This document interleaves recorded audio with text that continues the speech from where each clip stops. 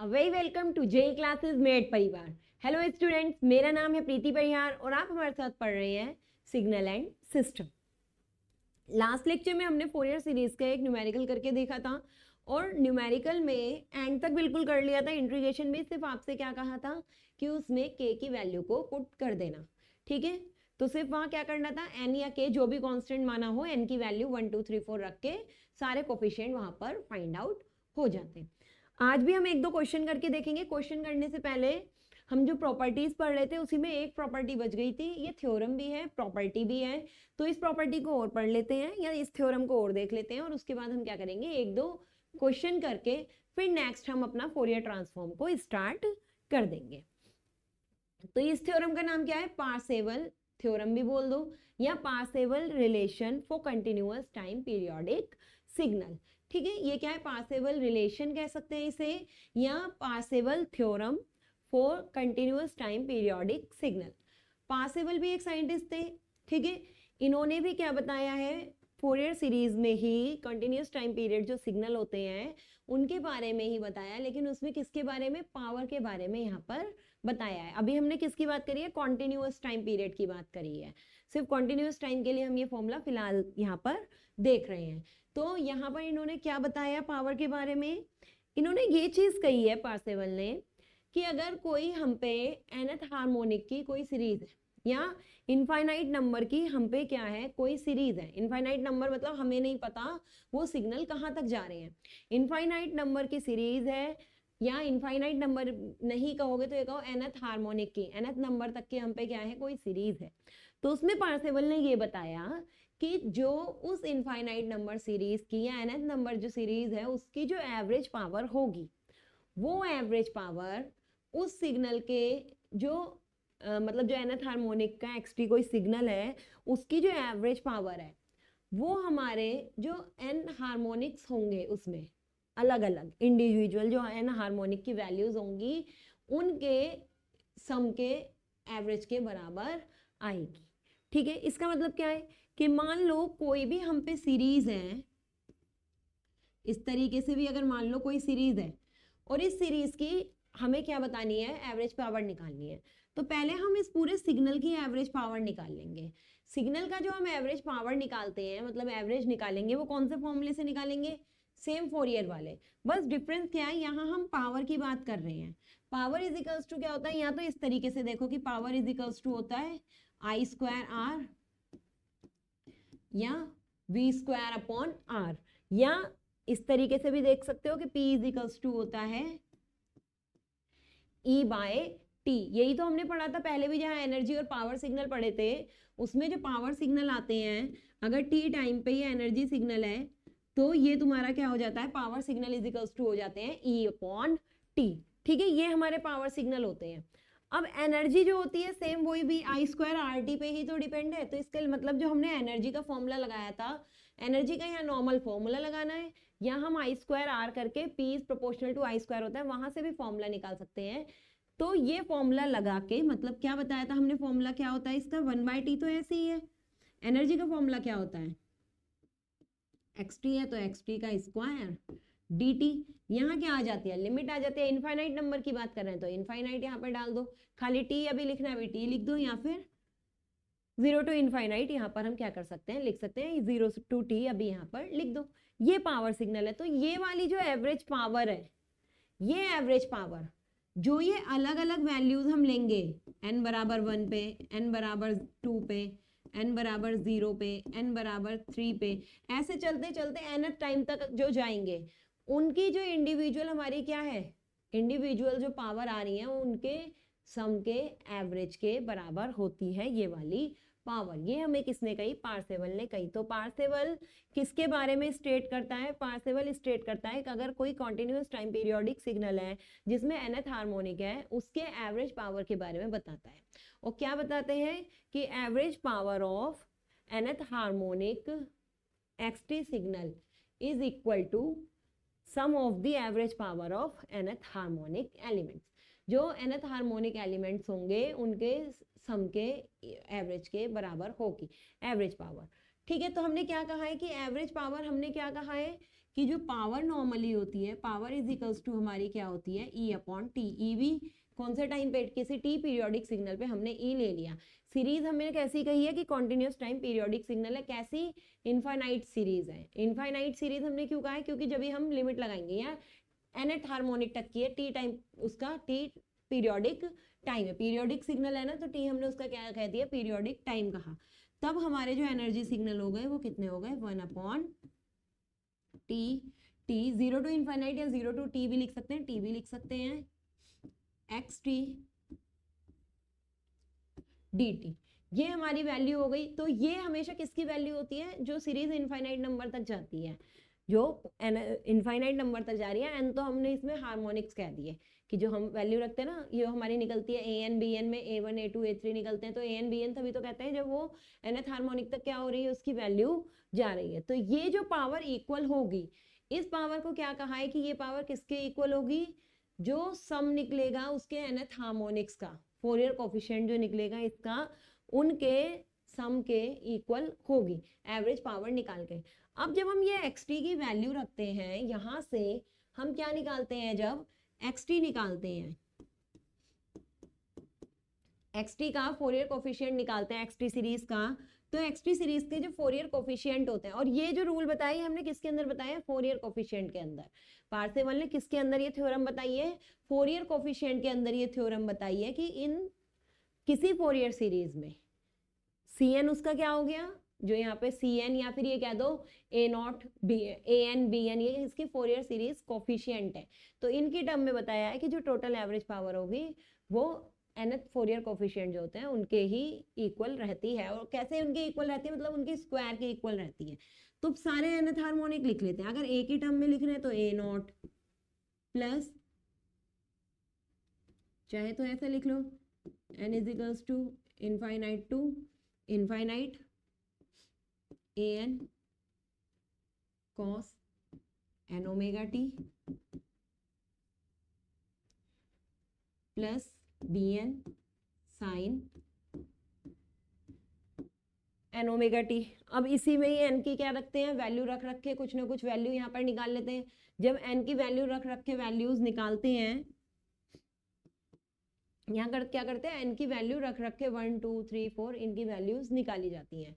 जब यहाँ वैल्यू रख के निकालते हैं तो क्या आता है, A1 cos n omega t, Bn sin n omega t, A1 cos n omega t, A2 cos 2 omega t, A3 cos 3 omega t, और ऐसे B की वैल्यू रखते हैं, B1 sin omega t, B2 sin 2 omega t। ऐसे करके के हमारी क्या आ जाती है, पूरी एक सीरीज निकल के आ जाती है ना। बस एक लिख के दिखा रहे हैं, बाकी पूरी लिख के नहीं दिखाएंगे। जैसे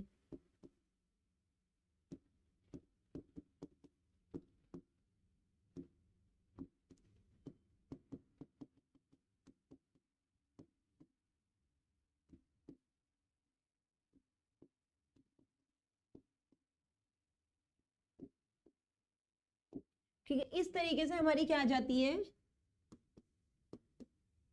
ये सीरीज आती है। अब इन्होंने क्या कहा है, इसका स्क्वायर, इसका मॉड्यूलस का क्या करना है, स्क्वायर करना है। जब इसका स्क्वायर करेंगे तो इन सब का भी क्या होगा, स्क्वायर होके वैल्यू आएगी। जब इसका स्क्वायर करेंगे तो जो कोफिशिएंट है उसका भी क्या हो जाएगा, यहाँ सारे में स्क्वायर होगा। तो ये ए स्क्वायर A1 का, इसका स्क्वायर, इसका स्क्वायर, इसका स्क्वायर, सारी वैल्यू आएगी। जब इसका स्क्वायर करते हैं, कॉस स्क्वायर ओमेगा टी होता है, और कॉस स्क्वायर ओमेगा टी को सॉल्व करते हैं तो वैल्यू में नीचे क्या आ जाता है, 1 माइनस 2 साइन ओमेगा टी या 2 cos omega T divide by 2 आता है।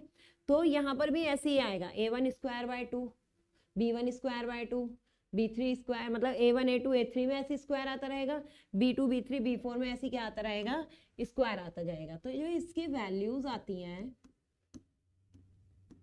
स्क्वायर में, वो हमारी क्या आती है, A0 का स्क्वायर।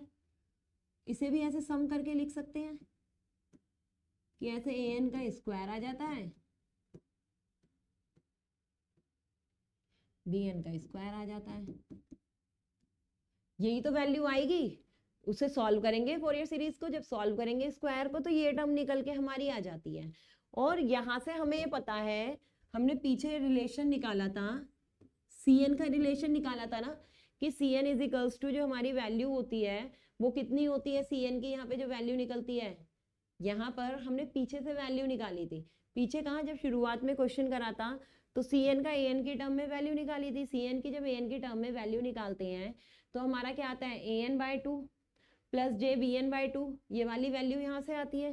सेम वही, उससे हमने इसे किस में चेंज कर लिया, Cn में यहाँ पर हम इसे क्या कर लेते हैं, चेंज कर लेते हैं। तो उससे हम क्या देखते हैं, फिर हम लिखते हैं कि 1 2 3 4 जब यहाँ पर रखेंगे तो a1 का स्क्वायर a2 का स्क्वायर, वो हम पीछे देख चुके हैं और इसे इतना ज्यादा एक्सपेंड करके नहीं लिख रहे, सिर्फ हमें डायरेक्टली थ्योरम बतानी है, फिर भी हमने 2-3 स्टेप कर दिए।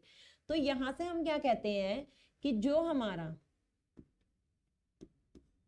टोटल पावर आती है, जो हमारी टोटल पावर आती है, इस पूरे को क्या लिख लेते हैं, खाली अगर an ये सब होते तो उसे क्या लिखते, Cn लिखते।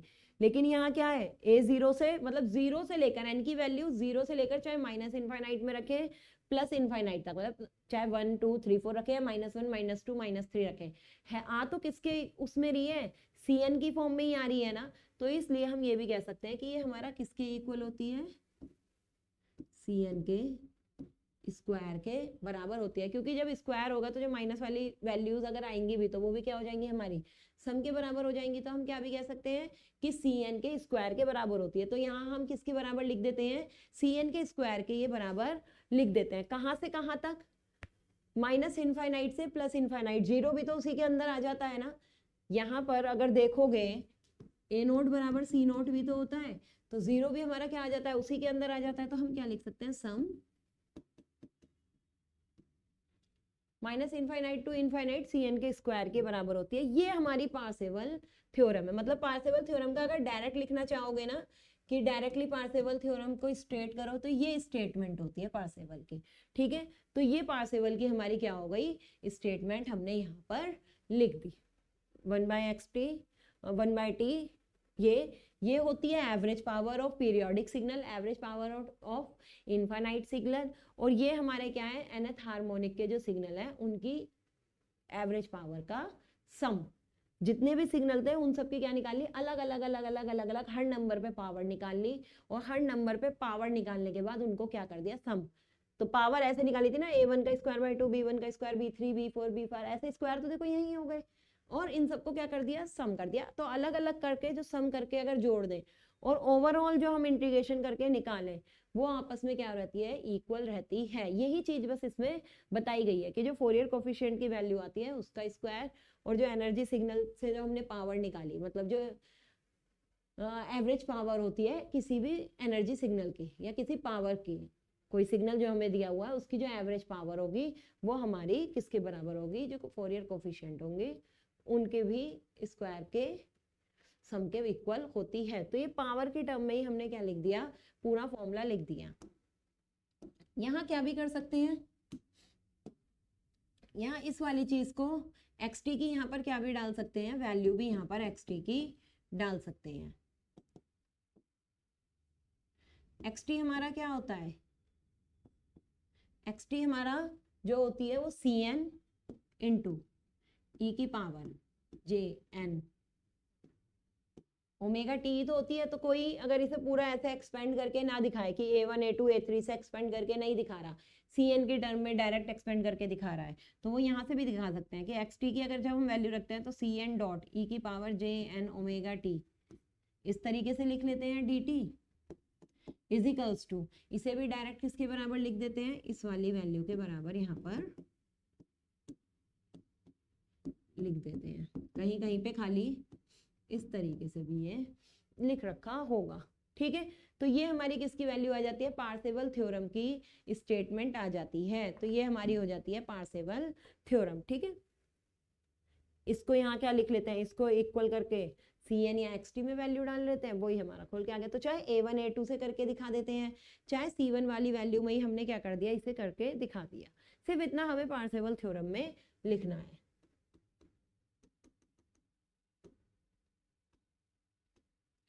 नेक्स्ट अब क्या कर लेते हैं, एक आधा क्वेश्चन यहाँ पर करके देख लेते हैं। ये हमारी सारी जितनी भी मोस्टली प्रॉपर्टी थी फोरियर सीरीज की सब हो गई है। अब क्या है, कि कुछ क्वेश्चन देखो, और अगर कोई क्वेश्चन, कुछ तो हमने साथ में ही करा दिए थे, एक दो क्वेश्चन जैसे लीनियरिटी की थी तो लीनियरिटी की प्रॉपर्टी भी बता दी थी, और हो सकता है शायद उसका कोई एग्जाम्पल भी बता दिया हो। तो कुछ हो सकता है साथ में करा दिया, कुछ हम अलग से देख रहे हैं। तो जहां प्रॉपर्टी लगाई जा सकती है तो उसे प्रॉपर्टी से करना चाहिए, डायरेक्ट इतना लंबा इंटीग्रेशन निकाल के पूरा क्वेश्चन सॉल्व नहीं करना चाहिए। जहां प्रॉपर्टी लगी नहीं रही है वहां पर हम क्या कर सकते हैं, प्रॉपर्टी लगा सकते हैं। तो चलो क्वेश्चन बताने से पहले क्वेश्चन हम एंड में ही कर लेंगे इकट्ठा। पहले एक चीज और कर लेते हैं, Dirichlet theorem condition Fourier series के एग्जिस्टेंस के लिए, कि हमारी फोरियर सीरीज एग्जिस्ट करती है या नहीं करती है। हमने फोरियर सीरीज पूरी पढ़ ली, हमने कोफिशिएंट पूरे पढ़ लिए। अब हम क्या देख रहे हैं कि हम ये देखते हैं हमारी फोरियर सीरीज को एग्जिस्टेंस करती है या नहीं करती है, उसे कैसे चेक कर सकते हैं। अब ये जरूरी नहीं है, ये फोरियर ने नहीं बताया कि फोरियर सीरीज एग्जिस्ट करती है नहीं कर सकती, ऐसे चेक करना है, ये फोरियर ने नहीं बताया। ये डिरिचलेट कंडीशन है। किसकी है ये? डिरिचलेट की कंडीशन है। डिरिचलेट बोल दो, डिरिचलेट बोल दो। ये डिरिचलेट की कंडीशन है कि अगर ये कंडीशन फॉलो कर गई तो हमारी फोरियर सीरीज एग्जिस्ट करेगी।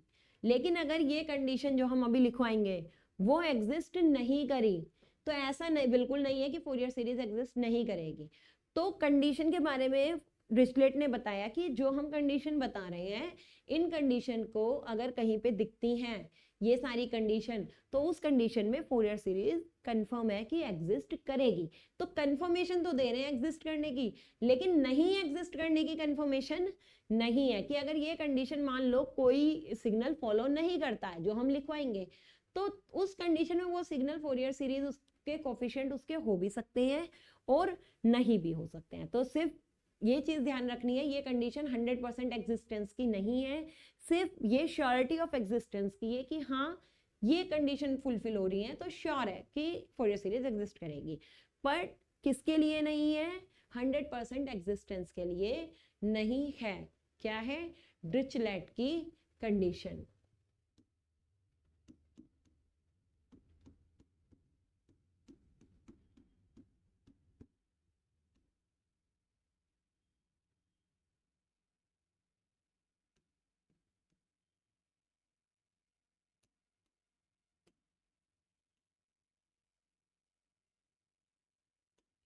डिरिचलेट कंडीशन, क्या कंडीशन दी डिरिचलेट ने? 3-4 दिए हैं, चाहे चौथे वाले को एक साथ लिख दो चाहे एक ही लाइन में लिख दो। कुछ बुक में 4 लिख रखी होंगी, कुछ में 2 को कंबाइन करके एक ही लिखी होंगी। ये यहाँ ढंग से पढ़ लो। सेम यही कंडीशन हमारी फोरियर सीरीज के फोरियर ट्रांसफॉर्म के एग्जिस्टेंस की भी यही कंडीशन होती है। अब क्या कंडीशन कही डिरिचलेट ने? पहली कंडीशन एब्सोल्यूट इंटीग्रिटी को लेके करी।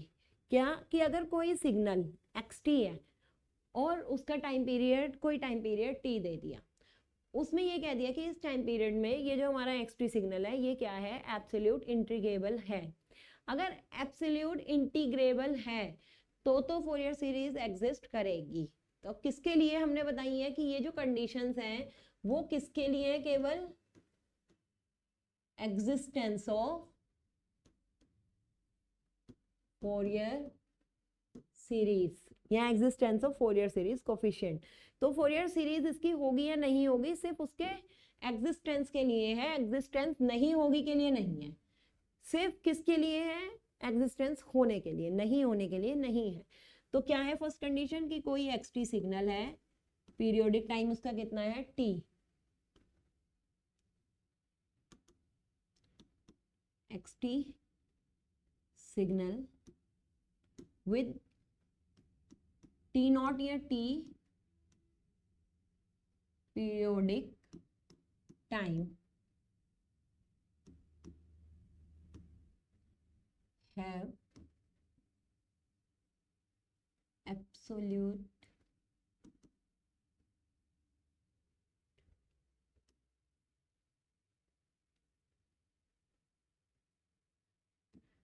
xt signal with t periodic time have absolute integrable with respect to t। तो तब सिग्नल तुम्हारा क्या होगा? पूरी लाइन फिर आगे लिख लेना। Then signal will have 100% existence of Fourier series, या signal will have Fourier series. ठीक है, सिग्नल की फिर फोरियर सीरीज हम लिख सकते हैं, सिग्नल की फोरियर सीरीज कोफिशिएंट निकाल सकते हैं अगर वो इंटीग्रेबल है।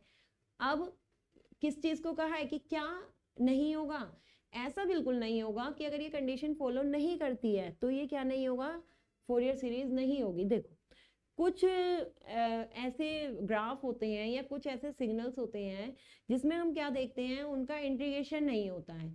वो क्या होते हैं, इंटीग्रेबल नहीं होते हैं। लेकिन इंटीग्रेबल नहीं होने के बावजूद भी उनकी हम क्या लिख सकते हैं, फोरियर सीरीज लिख सकते हैं। तो उस कंडीशन में हम क्या कह सकते हैं कि ये चीज क्या आ रही है, ये गलत बता रहे हैं कि ऐसा जो मतलब ये कह रहे हैं कि इसकी फोरियर सीरीज नहीं होगी, नहीं हो सकती, ऐसा नहीं होगा।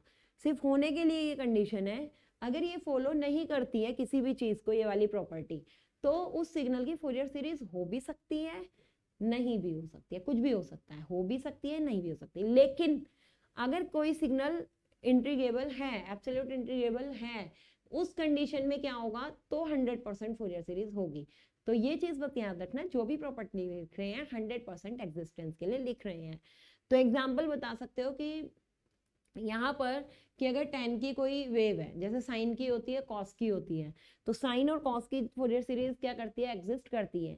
लेकिन अगर हम tan की बात करते हैं तो tan में हमारा क्या भी आ जाता है, tan की अगर बात करते हैं तो इनफाइनाइट भी आता है। tan की वेव जब हम बनाते हैं tan की या कॉट की, तो उसके अंदर क्या भी आता है, इनफाइनाइट भी आता है। तो उसकी कंडीशन में हमारा क्या होता है कि किसी पॉइंट पर, किसी टाइम पीरियड पे वो क्या नहीं होता है, एब्सोल्यूट इंटीग्रेबल नहीं होता।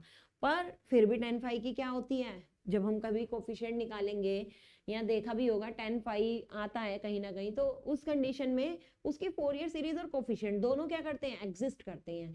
तो ये एक एग्जांपल है कि अगर tan फाई की हम देखें तो tan फाई की जो, या कॉट की भी लिख सकते हो, कि उसका जो सिग्नल होता है वो एब्सोल्यूट इंटीग्रेबल नहीं होता, लेकिन फिर भी उसकी फोरियर सीरीज होती है। तो ये एक एग्जांपल हो गया।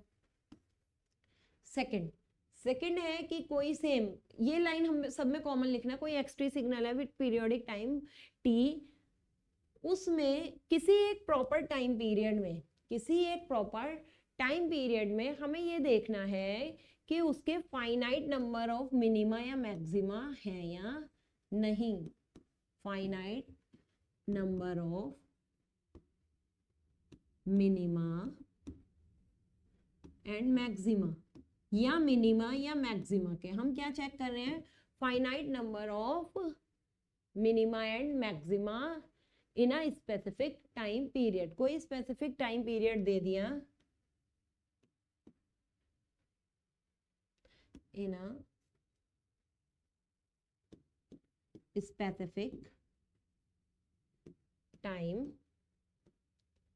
पीरियड, ठीक है। किसी स्पेसिफिक टाइम पीरियड में हम क्या कह रहे हैं कि अगर उसके finite number of minima and maxima है तब तो फोरियर सीरीज एग्जिस्ट करेगी। अगर फाइनाइट नहीं है तब हमें भी नहीं पता, एग्जिस्ट कर भी सकती है, फिर पॉसिबिलिटी वाली है, हो भी सकता है और नहीं भी हो सकता है, ठीक है। इसको हम कैसे एग्जाम्पल दे सकते हैं, इसका एग्जाम्पल है जैसे इलेक्ट्रोमैग्नेटिक वेव्स होती हैं। अगर हम इलेक्ट्रोमैग्नेटिक वेव को ड्रॉ करें तो इलेक्ट्रोमैग्नेटिक वेव्स हमारी जो होती हैं वो, या फिर साइन वेव कहो, चलो इलेक्ट्रोमैग्नेटिक वेव छोड़ो, इस तरीके से अगर हम साइन वेव की भी बात करें तो अगर हम यहाँ पर देखते हैं तो यहाँ भी हम क्या कह सकते हैं कि ये साइन वेव हमने बना दी। अब ये क्या है, साइन या फिर करियर वेव कह दो इसे, ये तो वेव ऐसी चलती रहती है ना। इसका हम क्या नहीं निकाल सकते, किसी स्पेसिफिक टाइम पीरियड में हम फाइनाइट नंबर ऑफ मिनिमा या मैक्सिमा हमें यहाँ पर क्या नहीं होते, पता नहीं चलते। लेकिन इस वेव की क्या बनाई जा सकती है, इस वेव की, हमारी ये जो करियर वेव है, इस करियर वेव की क्या होती है, फोरियर सीरीज निकाली जा सकती है। या जैसे हमने इलेक्ट्रोमैग्नेटिक वेव कहा था, एक तो ये एग्जाम्पल हो गया। एक इलेक्ट्रोमैग्नेटिक वेव कुछ इस टाइप की होती है ना कि साउंड तुम्हारी निकलती रहती है, इस तरीके से आती है, धीरे धीरे धीरे बढ़ती, ऐसे होती है ना इलेक्ट्रोमैग्नेटिक वेव। फिर खत्म हो गई, दूर चली गई, फिर एक और वेव निकल गई, फिर खत्म हो गई, इस तरीके से साउंड निकलती रहती है। एक वेव का अगर डायग्राम कहीं देखा हो इलेक्ट्रोमैग्नेटिक वेव का, वहां तो कुछ इस तरीके से बनाते हैं, ऐसे बनाते हैं, हमने इस तरीके से बना दी। तो यहाँ भी अगर हम फाइनाइट किसी टाइम ड्यूरेशन में देखें तो इस फाइनाइट टाइम ड्यूरेशन में हम उसको क्या नहीं लगा सकते, finite number of minima and maxima नहीं निकाल सकती हैं। तो जब हम finite number of minimum maximum निकाल नहीं सकते हैं, फिर भी हम अगर इसकी फोरियर सीरीज निकालते हैं तो वो निकल जाती है। तो यहाँ पर भी ये कंडीशन क्या होती है, डिस्कार्ड, कि ये भी यहाँ पर भी हमने क्या कह दिया, एग्जिस्ट कर सकती है। अगर ये कंडीशन 100% क्या नहीं है, फुल या श्योर नहीं है 100% किस चीज के लिए, कि फोरियर सीरीज एग्जिस्ट नहीं करेगी अगर ये कंडीशन नहीं हो रही है। तो ऐसा नहीं है, अगर ये कंडीशन कहीं नहीं लग रही है तो फोरियर सीरीज एग्जिस्ट कर सकती है, लेकिन जरूरी नहीं है कि करेगी। सबके लिए ये बात नहीं है, किसी सिग्नल में कर सकती है, किसी सिग्नल में नहीं कर सकती। लेकिन अगर किसी के finite number of minima and maxima है तब ये जरूर एग्जिस्ट करेगी। ठीक है, तो सेकंड पॉइंट क्या है, finite number of minima and maxima in a specific time period of any signal having existence of Fourier series, 100% existence of Fourier series। Third और फोर्थ चाहे तो हम दो अलग अलग पॉइंट बना दें। एक पॉइंट ये बना देंगे कि xt कोई सिग्नल है, उसके एक सिंगल वैल्यूड सिग्नल वो होना चाहिए, या xt कोई एक सिंगल वैल्यूड सिग्नल है, मतलब कोई एक सिंगल वैल्यू उसकी स्पेसिफिक टाइम पीरियड में एक प्रॉपर वैल्यू है, और उस सिंगल वैल्यूड पर उसमें नंबर ऑफ डिसकंटिन्यूटी कैसे होने चाहिए, फाइनाइट नंबर ऑफ डिसकंटिन्यूटी होने चाहिए। Single valued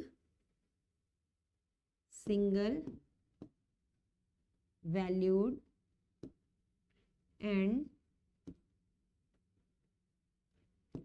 finite number of discontinuity in any time period. ठीक है, किसी भी स्पेसिफिक टाइम पीरियड में, या कोई टाइम पीरियड कोई वेव का दे दिया कि इतने से इतने तक हमें कोई वेव शो हो रही है, और उसमें हमें क्या देखना है कि अगर वो वेव जो बन रही है उसकी क्या होनी चाहिए, नंबर ऑफ डिसकंटिन्यूटीज क्या होनी चाहिए, स्पेसिफिक होनी चाहिए। नंबर ऑफ डिसकंटिन्यूटीज फाइनाइट होनी चाहिए, कि हम उसे क्या कर सकते हैं, काउंट कर सकते हैं, ये बता सकते हैं कि ये यहाँ से यहाँ तक के लिए क्या है, डिसकंटिन्यूअस इसमें आ रहा है। इसे हम कैसे देखते हैं, स्टेप सिग्नल से। इसका एग्जांपल है क्या हो गया, स्टेप सिग्नल। जैसे इस तरीके का मान लो कोई सिग्नल है,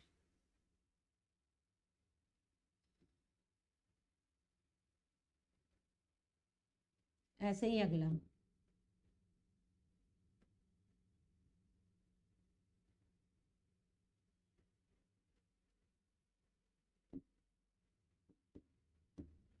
इस तरीके से सिग्नल बनते जाएंगे। तो इसमें हमारा देखो, ये स्टेप तो फाइनाइट है, इसके स्टेप हमें पता है, ये एक स्टेप इतने का है, ये इतने का है, एक एक स्टेप ये क्या हो रहे हैं, बढ़ रहे हैं।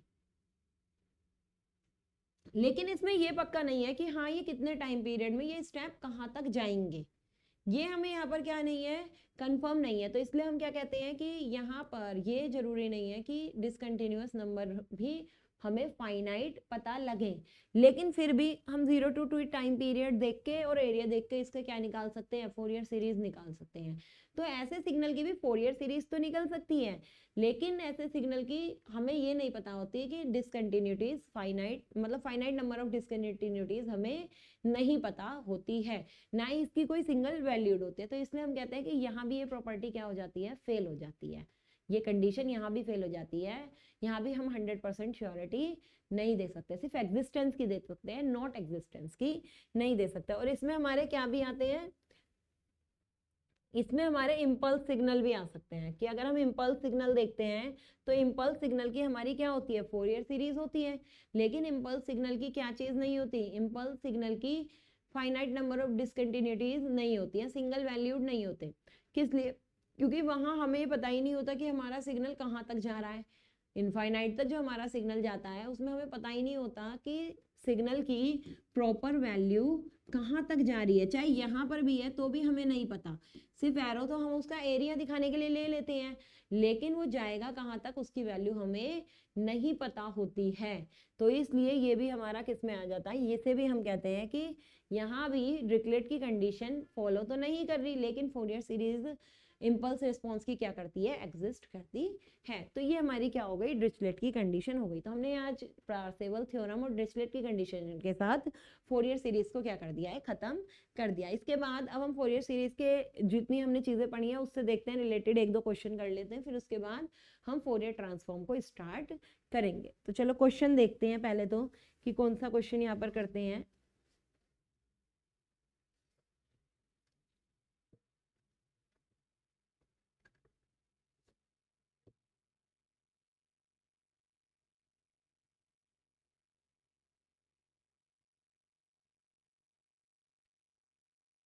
चलो, अगर हमें ऐसे दे दिया, कोई सिग्नल दे दिया, अभी हमें सिग्नल पता नहीं है कौन सा है, पता होता तो हो सकता है हम डायरेक्ट ही वैल्यू लिख लेते हैं।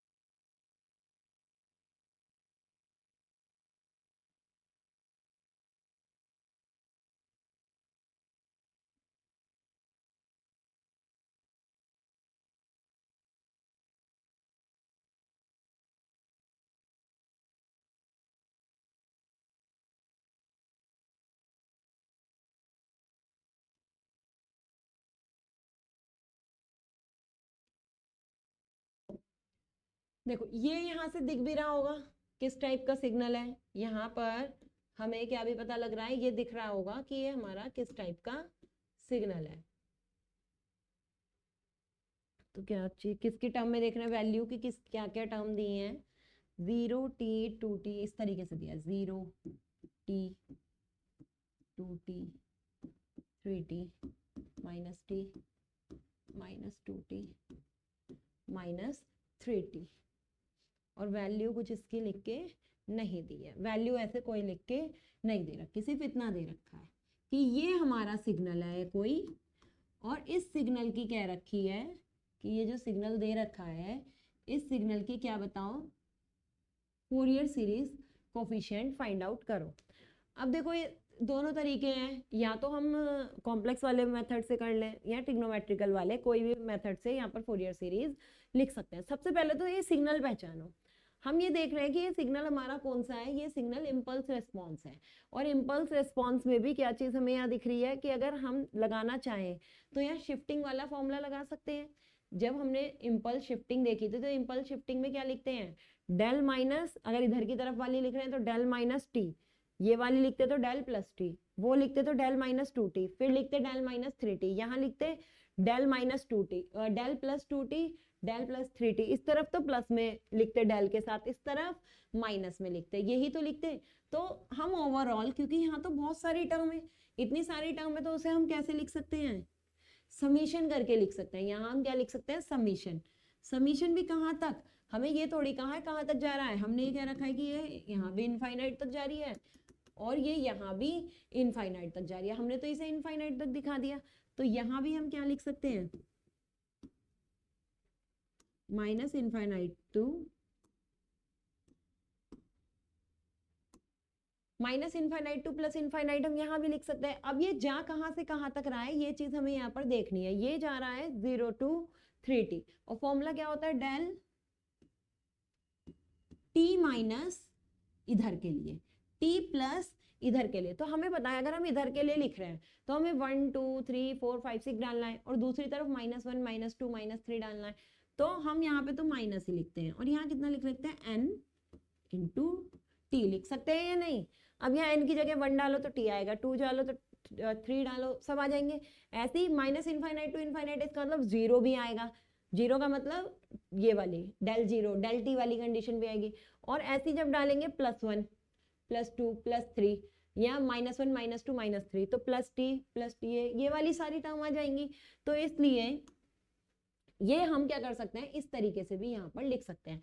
अब इसे खोल के लिखो, ये सिर्फ हमने क्या करा है, इसको शो करने की कंडीशन देखी है कि इसको हम कैसे शो कर सकते हैं। अब जब हम फोरियर सीरीज कोफिशिएंट हमसे पूछे हैं, तो हम सी एन की वैल्यू लिख सकते हैं। सी एन की वैल्यू हमारी क्या होती है, 1/t। टाइम पीरियड जब इस तरीके से दिया हुआ है तो क्या कहता है, या तो केवल t लिख दो, या -t/2 से +t/2, या 0 से t अगर लिखोगे तो बाहर कितना आएगा, 2/t यहाँ पर आता है, ये 4/t यहाँ पर आता है जब हम कितना लिखते हैं, 0 से इनफाइनाइट लिखते हैं। पर अभी हम लिख रहे हैं खाली ये -t/2 से t/2।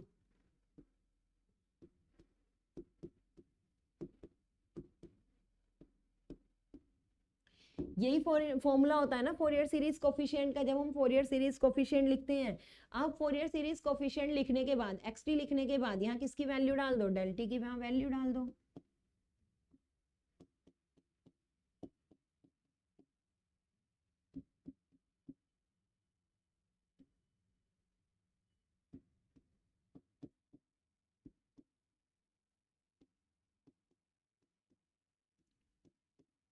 अब हमें इम्पल्स रेस्पॉन्स की कंडीशन पता है, इम्पल्स रेस्पॉन्स का हमें फॉर्मूला पता है कि इम्पल्स रेस्पॉन्स चाहे शिफ्टेड हो, कोई सा भी हो, इम्पल्स रेस्पॉन्स के साथ अगर e की पावर -j⍵t का फॉर्मूला लिखा है और लिमिट कितनी लिखी है, -t/2 से t/2, तो उसकी वैल्यू कितनी हो जाती है, 1 होती है उसकी वैल्यू। ये चीज हमने कहाँ भी पढ़ी थी, पीछे भी पढ़ी थी। तो वही चीज हम यहाँ पर लिख देंगे कि इम्पल्स रेस्पॉन्स की ये जो सारी वैल्यू है ये कितनी होती है, 1 होती है। शिफ्टेड इम्पल्स हो, कोई सा भी हो इम्पल्स हो, है तो वो इम्पल्स ही, जाएगा तो कहाँ तक, इनफाइनाइट तक ही। एरिया निकालेंगे तो कितना आएगा, 1 ही आएगा। तो इस पूरे एरिया की वैल्यू कितनी होती है, 1। 1 मल्टीप्लाइड बाय 1/t, तो कितना आ गया, 1/t। तो इस वाले का आंसर कितना है हमारा, 1/t है। तो अगर इसको हमें ये बताना है कि इसका फोरियर सीरीज कोफिशिएंट क्या होगा, तो Fourier series coefficient Cn is equals to इतना हो गया, 1/t। अब चाहे C0 हो, C1 हो, C2 हो, C3 2 कितना भी हो, ये कितना आएगा, 1 ही हमारा यहाँ पर आएगा, मतलब 1/t ही हमारा यहाँ पर आएगा। चाहे Cn 0 से प्लस इनफाइनाइट जाए, चाहे Cn 0 से माइनस इनफाइनाइट जाए, ये हमारा कितना आएगा, 1/t ही यहाँ पर आएगा। ठीक है, तो ये यहाँ पर हमारा क्या हो गया, एक क्वेश्चन हो गया। नेक्स्ट क्वेश्चन अब एक और करके देखते हैं। इसे लिख सकते हो कि C0 C1 C2 C3 जितना आएगा सब कितना आएगा, 1/t हमारा आएगा। नेक्स्ट क्वेश्चन यहाँ पर देखते हैं हम।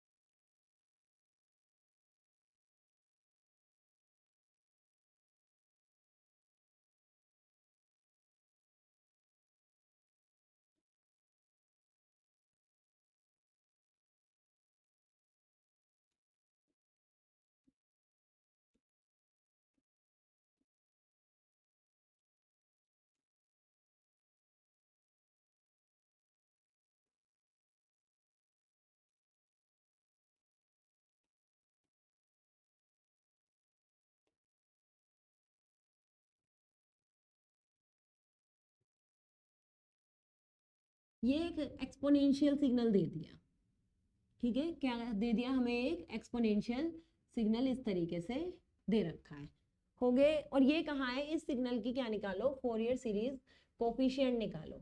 अगर कहेंगे कि स्पेक्ट्रम भी बनाओ तो स्पेक्ट्रम भी बना देना, चाहे मैग्नीट्यूड स्पेक्ट्रम कहें चाहे हमें फेज स्पेक्ट्रम कहें। अभी फिलहाल हम फोरियर सीरीज कोफिशिएंट यहाँ पर फाइंड आउट कर रहे हैं। एक्स ये हमें दे दिया और वैल्यू कितनी कही है इसकी, e की पावर -t/2। ये हमें वैल्यू दे रखे है कि ये जो फोरियर सीरीज है इसकी वैल्यू कितनी है, e की पावर -t/2। अब इसके फोरियर सीरीज कोफिशिएंट निकालने। देखो ये एक्सपोनेंशियल सीरीज है, एक्सपोनेंशियल सीरीज है तो हम इसमें क्या कर रहे हैं, कौन सा वाला फॉर्मूले से ही लगाएं। यहाँ तो हम पे कॉम्प्लेक्स वाला मेथड है, यहाँ हम पे दूसरा मेथड कौन सा है, फोरियर सीरीज मेथड है। क्या कहा था कि अगर कॉम्प्लेक्स वाला मेथड से निकालते हैं तो हमें सिर्फ एक बार इंटीग्रेशन करना पड़ता है, फोरियर सीरीज वाले से निकालेंगे तो हमें 3 बार करना पड़ेगा। a0 निकालने के लिए, an निकालने के लिए, bn निकालने के लिए। उससे भी कर सकते हैं, गलत नहीं होगा, कर सकते हैं। लेकिन अगर कॉम्प्लेक्स नंबर में मिल रहा है और कॉम्प्लेक्स वाला इजीली किससे हो जाएगा, कॉम्प्लेक्स वाले से हो जाएगा, तो हम यहाँ पर कौन सा फॉर्मूला लगाएंगे, कॉम्प्लेक्स वाला ही लगाएंगे, cn वाला। और अगर फिर cn से an bn निकालने तो भी इजीली निकाल सकते हैं, क्योंकि cn बराबर हमें पता है कि an plus an/2 plus jbn/2 होता है, वहां से भी हम इजीली फाइंड आउट कर सकते हैं। तो an bn भी हम निकाल सकते हैं, लेकिन अभी यहाँ पर अगर cn भी निकाल दे तो वो भी हमारा फोरियर सीरीज कोफिशिएंट होता है। और वैसे भी कॉम्प्लेक्स वेव है, कॉम्प्लेक्स वेव का तो उसी से इजीली निकलेगा। ठीक है, तो यहाँ पर हम क्या कर सकते हैं, डायरेक्ट cn निकालो, cn में ही 0 रख देना, c0 आ जाएगा, 1 2 3 4 -1 -2 -3 सारी वैल्यू यहाँ पर क्या हो जाएंगी, फाइंड आउट हो जाएंगी। तो हमें बताएं कि जो cn का फॉर्मूला होता है, cn इज कितना होता है, अभी हमने पढ़ा था कि जो cn की वैल्यू होती है वो हमारी कहाँ से कहाँ तक जाती है, cn की वैल्यू 0 to इनफाइनाइट, मतलब -∞ to +∞, और कहाँ तक आगे जाएगी, अगर ये वैल्यू हम देखते हैं e की पावर 0 to ∞ cn e की पावर jn ओमेगा t। अब हमें क्या निकालना है, cn यहाँ पर निकालना है, क्या निकालनी है वैल्यू cn की। फॉर्मूले देखो दो होते हैं, फॉर्मूले दो कौन से होते हैं, या तो xt का होता है, फॉर्मूले ऐसे लिखे जाते हैं दो। इसमें कई बार कंफ्यूजन हो जाता है, हम xt लिख के पूरा सॉल्व कर देते हैं, कई बार cn लिख के पूरा सॉल्व कर देते हैं। xt में हमेशा याद रखना है कि जब हम xt की बात करेंगे तो xt में तो क्या लिखा जाएगा,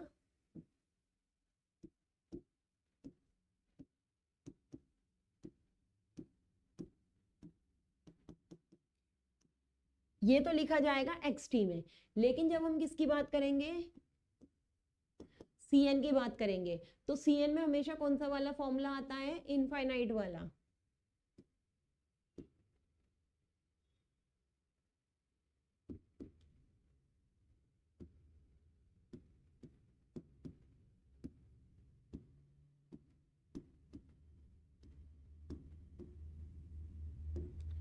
यही फॉर्मूला तो हमारा cn में आता है। अब इसमें किस चीज की कमी है, अगर cn वाले फॉर्मूले में हम देखें, दोनों फॉर्मूले बिल्कुल सेम होते हैं, लेकिन cn वाले फॉर्मूले में किसकी कमी होती है, जब हम cn की वैल्यू लिखते हैं या an a1 ab किसी की भी वैल्यू लिखते हैं तो a वालों में यहाँ टाइम पीरियड आता है, a वालों में, क्योंकि याद रखना अगर इंटीग्रेशन है तो इंटीग्रेशन में क्या होता है, एवरेज निकाला जाता है। एवरेज जब निकाला जाता है तो हमेशा बाहर क्या आता है, टाइम पीरियड से डिवाइड होता है। जो भी अगर हम एवरेज किसी भी चीज का निकालेंगे तो एवरेज निकालने पर पूरी हमारा जो इंटीग्रेशन करते हैं वो टाइम पीरियड से डिवाइड होता है, तभी हमारा वो सम आता है, एवरेज आता है। एवरेज आता ही तभी है इस पूरे का जब निकालेंगे। तो 1/t t x t की पावर -j ओमेगा t ऐसे लिख लेते हैं।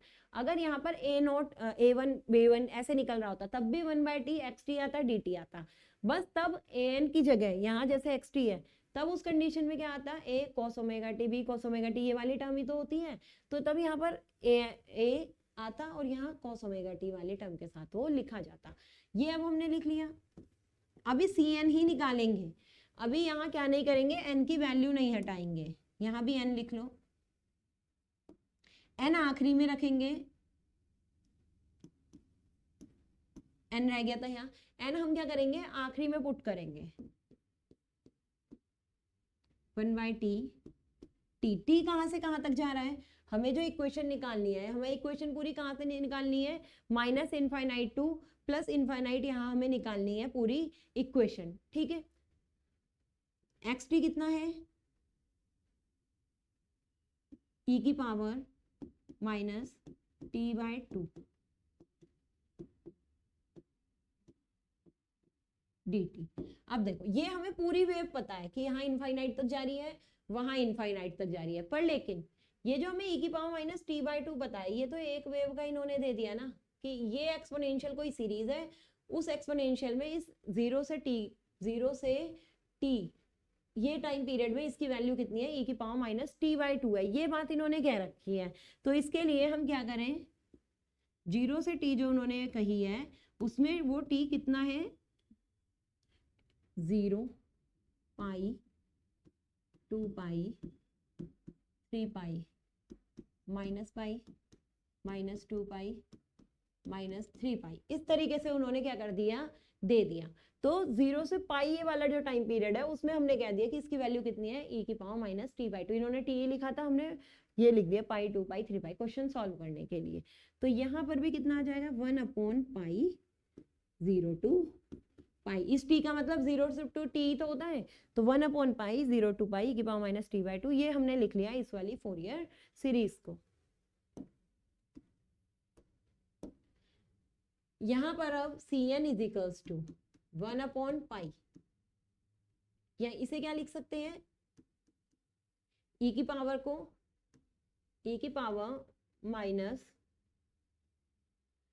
t, यहां पर क्या ले लो, कॉमन ले लो, t कॉमन ले लिया तो कितना बचा, 1/2 plus jn omega t, jn omega t बाहर ले लिया, माइनस का t बाहर ले लिया, तो माइनस का t जब बाहर लिया ये वाली वैल्यू आ गई dt। तो Cn इज इक्वल्स टू यहाँ कितना हो जाएगा, 1/पाई। अब डायरेक्ट इंटीग्रेशन कर दो, इंटीग्रेशन जब इसका करेंगे तो इंटीग्रेशन में ऊपर वाला पार्ट हमारा कहाँ आ जाता है, नीचे, तो minus 1/2 plus jn omega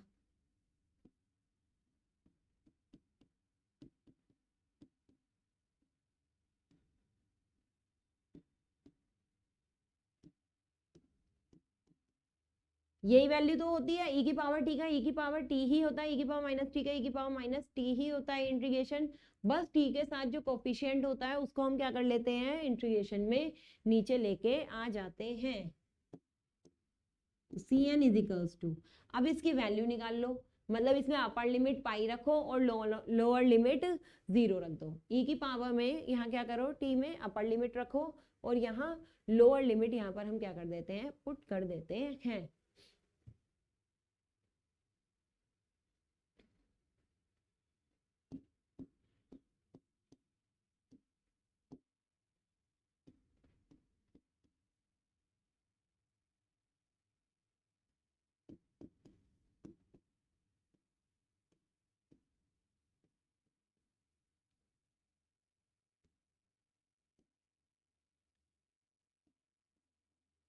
e की पावर 0 हमारा कितना आ गया, 1।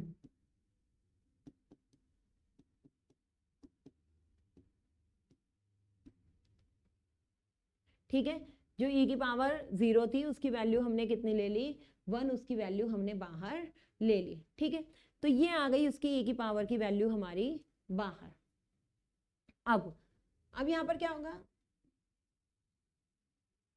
यहाँ पर अब हम किसकी मान रख देंगे, यहाँ पर अब हम वैल्यू रखेंगे पाई की, ओमेगा की। ओमेगा हमारा यहाँ पर हम क्या कर सकते हैं, पुट कर सकते हैं, या इतना ही छोड़कर अब बस हम इसमें यहाँ किसकी वैल्यू रख दें, n बराबर 1 2 3 4, यहाँ पर हम क्या कर सकते हैं, वैल्यू पुटअप कर सकते हैं। तो हमारी किसकी आ जाएगी, Cn का मान निकल के आ जाएगा। ठीक है, यहाँ पर हमें क्या करना है, केवल इसकी वैल्यू रखनी है पाई की, पाई की वैल्यू रख देंगे। पाई की वैल्यू रखने के बाद क्या करना है, यहाँ पर पाई की वैल्यू रखने के बाद n बराबर 1 2 3 4 वैल्यू रख के कैलकुलेटर से e की पावर में हम इसे क्या कर सकते हैं, फिर सॉल्व हम यहाँ पर कर सकते हैं। ठीक है, 1/,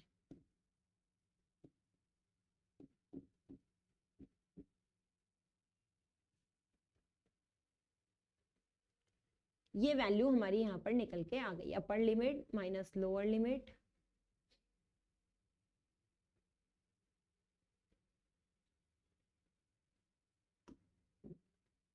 नेक्स्ट क्वेश्चन। नेक्स्ट क्वेश्चन में हम देखते हैं एक और कोई क्वेश्चन की क्या होता है।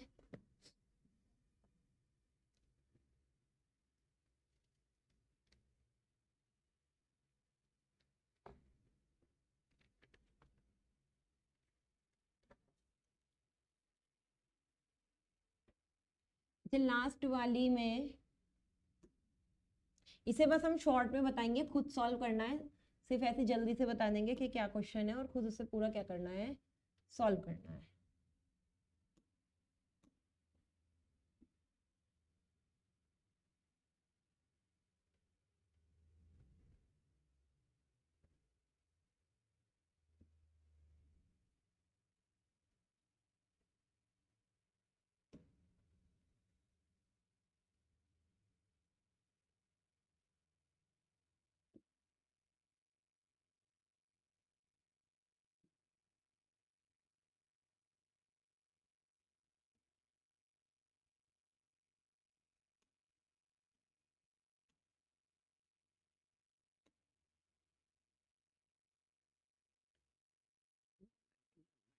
ए, ये ए दे रखा है, ये 1/2 दिया है और यहाँ -1/2 दे रखा है, ये -a है, -a xt dt।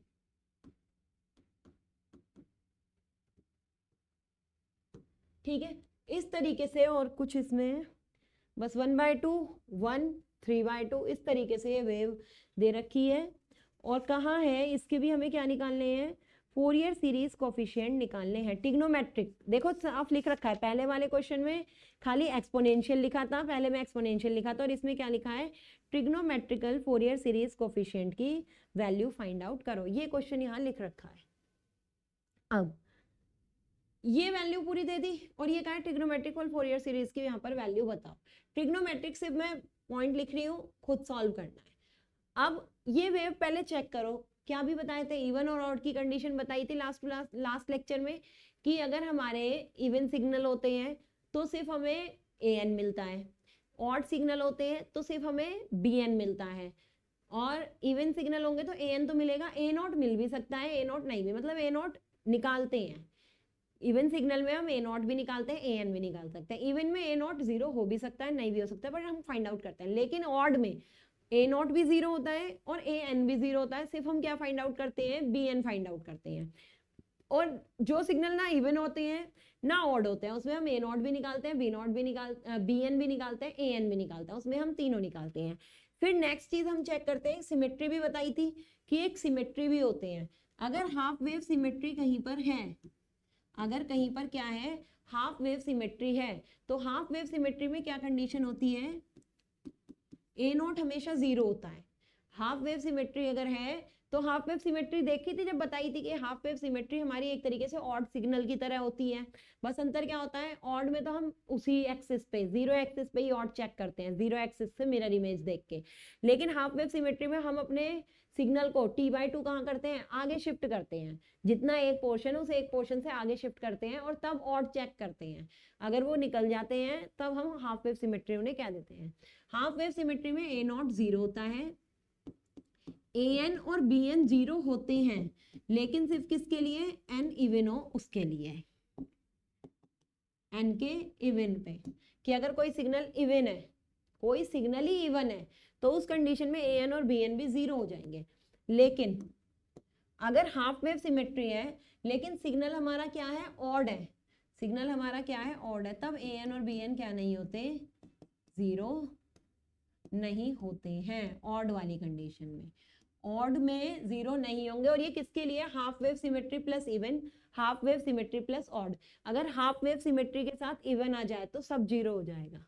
Half wave symmetry के साथ अगर हमारा क्या आ जाए, इवन सिग्नल भी आ जाए, तो सब हमारे क्या हो जाएंगे, 0 हो जाएंगे। लेकिन हाफ वेव सिमेट्री के साथ अगर हमारा ऑड आ जाता है तो हाफ वेव सिमेट्री में सब 0 नहीं, ये सॉरी, हाफ वेव सिमेट्री में अगर इवन आ जाए तो हाफ वेव सिमेट्री में ये वाला पोर्शन तो 0 होगा ही होगा, साथ में bn भी 0 हो जाएगा, क्योंकि इवन के लिए तो bn भी 0 होता है ऑड वाला अगर हाफ वेव सिमेट्री के साथ आ जाए तो ये तो जीरो है ही है, लेकिन फिर bn भी जीरो हो जाएगा, क्योंकि ऑड वाले में हमारा क्या होता है, bn की वैल्यू निकलती है, सॉरी ऑड वाले में bn निकलता है, इवन वाले में an निकलता है। तो यहाँ मैं लिख देती हूँ कि अगर half wave symmetry plus even आ जाए तो हमें क्या निकालना पड़ता है, सिर्फ an निकालना पड़ता है, ठीक है, क्योंकि an हमारा किस पे मिल रहा है, an हमारा इवन पे तो कितना है, जीरो है, लेकिन an किस पे जीरो नहीं है, ऑड वाले सिग्नल के लिए हमारा जीरो नहीं है, इवन वाले के लिए हमारा क्या है, जीरो है। तो इवन अगर सिग्नल आ जाता है तो इवन सिग्नल में हम सिर्फ किसकी वैल्यू निकालते हैं, पीछे से याद करो कि इवन में हम a नॉट निकालते हैं और an निकालते हैं, ऑड में हम सिर्फ bn निकालते हैं, हाफ वेव सिमेट्री में हम सिर्फ an नॉट इक्वल जीरो होता है ऑड के लिए और bn नॉट इक्वल जीरो होता है ऑड के लिए। ये होता है हाफ वेव सिमेट्री। ये 1 2 ये सारी कंडीशन चेक कर लेते हैं फिगर देखते ही, ताकि हम कम नंबर ऑफ कोफिशिएंट निकालें। अगर ये चीजें चेक नहीं करेंगे तो हम तो सारे ही निकाल देंगे बार में, और हमें बाद में पता लगेगा अच्छा ये जीरो आता है, ये जीरो आता है। इससे अच्छा है कि हम डायरेक्ट याद कर लें कि ये चीजों में a जीरो आएगा, an जीरो आएगा। अब अगर हाफ वेव सिमेट्री ये निकालते हैं का मतलब बाकी जीरो होते हैं, half wave symmetry plus even आ जाए, हाफ वेव सिमेट्री की ये कंडीशन है और इवन की ये कंडीशन है, तो दोनों में क्या कॉमन है, an। तो half wave symmetry plus even में हम क्या निकालते हैं, an निकालते हैं, और half wave symmetry plus odd दोनों को ऐड कर दो, half wave symmetry plus odd, odd में हम सिर्फ क्या फाइंड आउट करते हैं, bn फाइंड आउट करते हैं। बस ये चीजें चेक करो और सिग्नल में वही वैल्यू हम क्या करेंगे, फाइंड आउट करेंगे। तो यहाँ पे अगर हम चेक करें तो ये वाला सिग्नल को अगर हम चेक करें तो इवन चेक करो, इवन अगर इसे हम ऊपर ले गए, इवन सिग्नल हमारा क्या होता है, इवन कैसे चेक करते हैं कि जो सिग्नल यहाँ है इसकी क्या मिरर इमेज यहाँ है, इसका मतलब अगर यहाँ पर कोई इस तरीके का सिग्नल होता तो वो इसका क्या होता, इवन होता। तो यहाँ तो ये ऐसा सिग्नल है नहीं, ये तो हमारा पार्ट कहाँ है, नीचे है। ऑड कैसे चेक करते हैं, इस वाले सिग्नल को इधर ले जाओ, मिरर इमेज बनाओ, और ये देखो कि नीचे वाला उसका मिरर इमेज है या नहीं है। तो इस वाले सिग्नल को जस्ट हम कहाँ ले गए, इधर ले गए, इस वाले सिग्नल को जस्ट इधर ले गए मिरर इमेज, तो इसकी मिरर इमेज यही तो थी, और नीचे वाली इसकी मिरर इमेज है या नहीं है, फिर ये चेक करेंगे। तो हम क्या देख रहे हैं, नीचे वाले इसकी क्या है, मिरर इमेज है। जब नीचे वाले इसकी मिरर इमेज है तो इसका मतलब ये सिग्नल कैसा दिख गया हमें, ऑड। अब हाफ वेव सिमेट्री चेक करो, हाफ वेव सिमेट्री चेक करते ही सबसे इजी हो जाता है ना क्वेश्चन, सिर्फ हमें कौन सी वैल्यू निकालनी पड़ती है, ऑड वैल्यू निकालनी पड़ती है, मतलब ये देख इवन या ऑड निकालनी पड़ती है। अब ये ऑड है तो खाली ऑड निकालनी पड़ेगी। अब हाफ वेव सिमेट्री चेक करो, हाफ वेव सिमेट्री में क्या करते हैं, इसे आगे शिफ्ट कर देते हैं, सेम इसी सिग्नल को इतना ही कहाँ शिफ्ट कर दिया, आगे। तो अगर ये सिग्नल ऐसे ही आगे शिफ्ट हो गया तो क्या ये आपस में मिरर इमेज मिलेंगी, अगर ऐसे नहीं है ना आपस में ये मिरर इमेज, क्योंकि ये वाला सिग्नल की मिरर इमेज तो ऐसे होगी कुछ ट्राइंगल टाइप की नीचे, तो इसका मतलब क्या है, फिर से यहाँ भी हम क्या कह सकते हैं, हाफ वेव सिमेट्री भी नहीं है। तो हमें किसकी वैल्यू निकालनी है, bn की सारी वैल्यू निकालनी है, चाहे bn का इवन हो चाहे bn का ऑड हो। अब कोई कहेगा कि bn तो निकालना ही है, तो सारी वैल्यू कहने का क्या मतलब है, सारी वैल्यू कहने का ये मतलब है कि अगर सिग्नल ऑड है और हाफ वेव सिमेट्री भी है तो bn ऑड के लिए तो निकालेंगे, तो इसका मतलब bn की फ्रीक्वेंसी बस हम कौन सी वाली लिखेंगे, ऑड वाली लिखेंगे, इवन वाली नहीं लिखेंगे, ये मतलब है कहने का। तो यहाँ पर हमें पता है सिग्नल ऑड है, तो ऑड की कंडीशन में a नॉट भी जीरो होता है, ऑड की कंडीशन में an भी जीरो होता है। तो a1 a2 a3 a not ये सब क्या होंगे, जीरो होंगे, क्योंकि सिग्नल हमारा क्या है, ऑड है। सिर्फ हमें क्या निकालना है, यहाँ पर bn निकालना है। bn का फॉर्मूला लगाओ, bn का फॉर्मूला क्या होता है, bn का जो फॉर्मूला होता है वो हमारा क्या होगा, ये अलग अलग के लिए है। अगर -t/2 से t/2 करोगे तो यह 2 आएगा, लेकिन अगर 0 से t करेंगे, क्या कहा था कि अगर यहाँ पर हम क्या कर रहे हैं, सॉरी, अगर हम यहाँ पर 0 से t कर रहे हैं तो हमारा आता है 1/t, लेकिन हम -t/2 से t/2 कर रहे हैं तो हमारा यहाँ कितना आएगा 4/t। तो मर्जी है किसी भी बच्चे की, चाहे वो 4/t से इसे सॉल्व करना चाह रहा है या 2/t से। देखो 4/t से कब करते हैं, जब पूरा सिग्नल एक होता है, -1/2 से 1/2 लिमिट तब लगाते हैं। लेकिन यहाँ हमें पता है या तो हम ये आधी ले लें या ये आधी ले लें तो चल जाएगा। तो चाहे 0 से 2 t/2 लिमिट लगाओ, मतलब 0 से t, चाहे -t/2 से +t/2, किसी से भी यहाँ पर क्वेश्चन हो जाएगा। तो 1/t कब लेते हैं, जब लिमिट लिखते हैं 0 से t। यहाँ लिख भी देती हूँ, कोई बच्चा वरना कहेगा खाली नीचे t लिखा है। 0 से t कितना होता है, an cos n omega t dt, ठीक है, dt। यही वैल्यू यहाँ पर लिखी जाती है। तो bn is equals to 1/t, time period कितना है, हाफ दे रखा है 1/2। इसके बाद 0 to हाफ दे रखा है an की वैल्यू हमें क्या करनी है, ये चीज यहाँ an लिख दिया,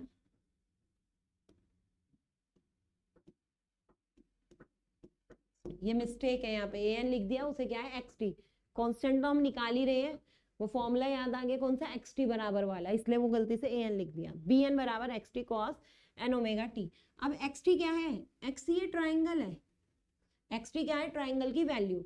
ट्राइंगल की वैल्यू कैसे निकलती है, अगर ट्राइंगल की वैल्यू निकालेंगे तो ट्राइंगल की वैल्यू हम यहाँ कितनी लिख सकते हैं, अगर यहाँ पे वैल्यू लिखेंगे तो फॉर्मूला बस यहाँ पे लगा दो कि अगर हम देख रहे हैं कि t की वैल्यू जब 1/2 से छोटी है, जब कितनी है 1/2 से छोटी है, तो इसकी वैल्यू यहाँ पर कितनी है, कौन से उससे लगाओगे, चाहे ट्राइंगल के एरिया से लगाओ, चाहे यहाँ लाइन की इक्वेशन से पूरी लाइन की लगाओ। तो ट्राइंगल के एरिया से जब वैल्यू यहाँ लगाओगे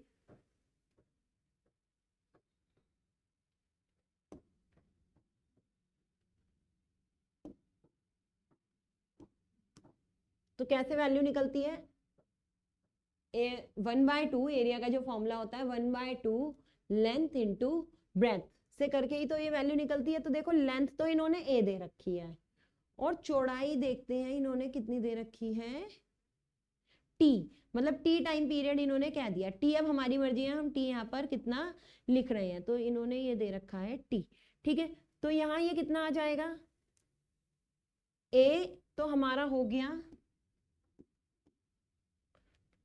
ये वाली लेंथ, तो यहाँ पर आ गया ये 1/2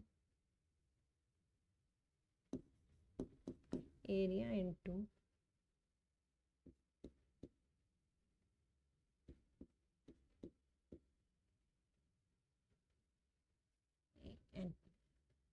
अब देखो यहाँ पर xt का लिखना है, xt का इन्होंने क्या करा है, कोई प्रॉपर एरिया लिख के नहीं दिया है।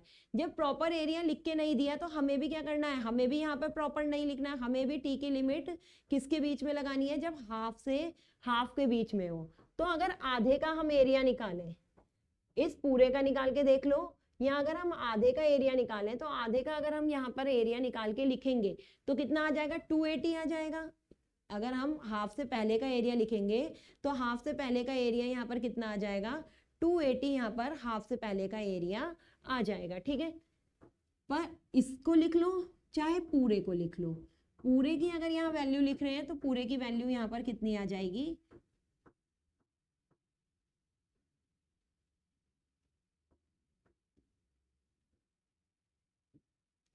280। इस तरीके से यहाँ पर वैल्यू आ जाएगी। यहाँ पूरा देखो एक्सप्लेन करके यहाँ पर दिखा देते हैं।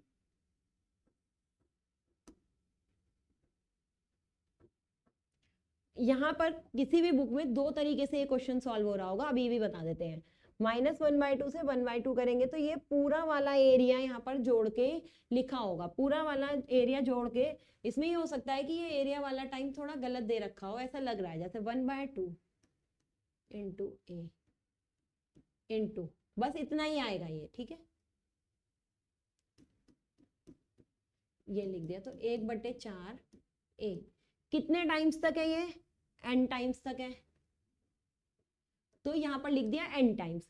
अब यहाँ पर ये जो मैंने 1/2 लिखा है, 1/2 मैंने तो ये कौन सा मान के चल दिया, एक एरिया नीचे वाला मान के चल दिया, तो इसलिए मैंने लिख दिया 1/4 a इंटू एन टाइम्स। यहाँ पर ऐसा भी हो सकता है कि ये 1/2 ना दिया हो, टी ही दिया हो, ऐसा भी हो सकता है कि यहाँ 1/2 ना देके टी दे रखा हो, तो मल्टीप्लाइड बाय यहाँ क्या भी कर सकते हो, टी की भी यहाँ पर मल्टीप्लाई कर सकते हैं। ठीक है, तो यहाँ पर किसी किसी जगह कैसा भी हो सकता है 280 करके भी यहाँ पर लिखा हुआ हो सकता है, ये कर दिया। अब ऐसे ही इस वाले पार्ट का लिखा 1/4 a इंटू एन, तो 1/4 a इंटू एन जब इस वाले पार्ट का लिखा तो वो कितना हो गया, आधा प्लस आधा, एक पूरा बन के आ गया, तो ये 1/4 an इसका आ जाएगा, 1/4 an किसका आ जाएगा, उस वाले का आ जाएगा, तो यहाँ आ जाएगा हाफ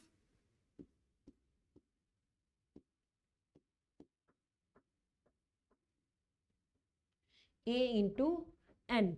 ये इसका निकल के आ गया, ये चीज यहाँ पर डायरेक्ट लिख लो कि ये वैल्यू इसकी यहाँ पर निकल के आ गई। अब ये t टाइम्स तक है, तो क्या कहा था, यहाँ पे किसकी मल्टीप्लाई भी हो रही है कि ये हाफ जो है वो n है, n कहाँ कितने टाइम्स तक है, t टाइम्स तक है, तो nt की मल्टीप्लाई कर लो।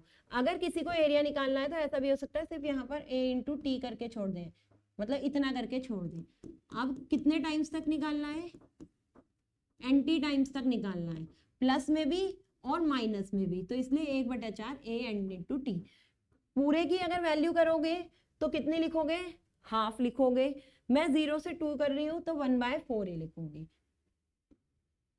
-1/2 से +1/2 करूंगी तो यहाँ पर कितना लिखूंगी, -1/2 से -1/2 करूंगी तो यहाँ पर लिखूंगी मैं 1/2, क्योंकि दो एरिया ऐड कर देंगे। लेकिन अगर मैं कर रही हूँ 0 से 1/2 तो मैं यहाँ पर कितना लिखूंगी, 4। इतना डिफरेंस समझ लेना। इसे और किस तरीके से लिखा जा सकता है, यहाँ लिख रही हूँ -1/2 से 1/2 अगर मैं करती तो ये आ जाता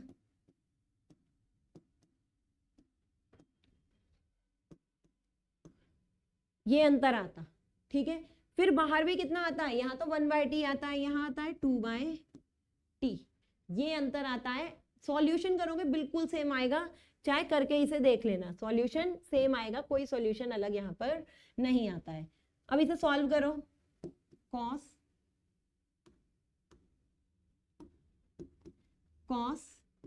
n ओमेगा t dt, 1/2, 2 ऊपर चला गया, 1/2,